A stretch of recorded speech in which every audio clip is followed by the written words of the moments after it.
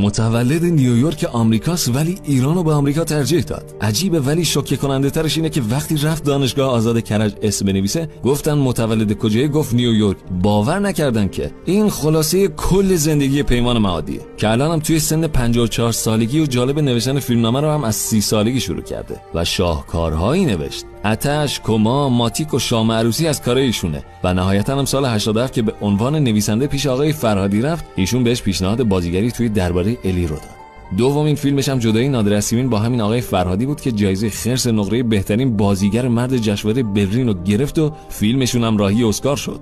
آقای معادی سال 84 با همسرش فرانک قوانلو ازدواج کرد و ثمر این ازدواج هم یه دختر به نام باران و یه پسر به نام رایانه. خدا حفظشون کنه که همشون هم تابعیت آمریکا دارن و تو رفت و آمدن. آقا پیمان توی عرصه بین‌الملل هم چند تا فیلم بازی کرده.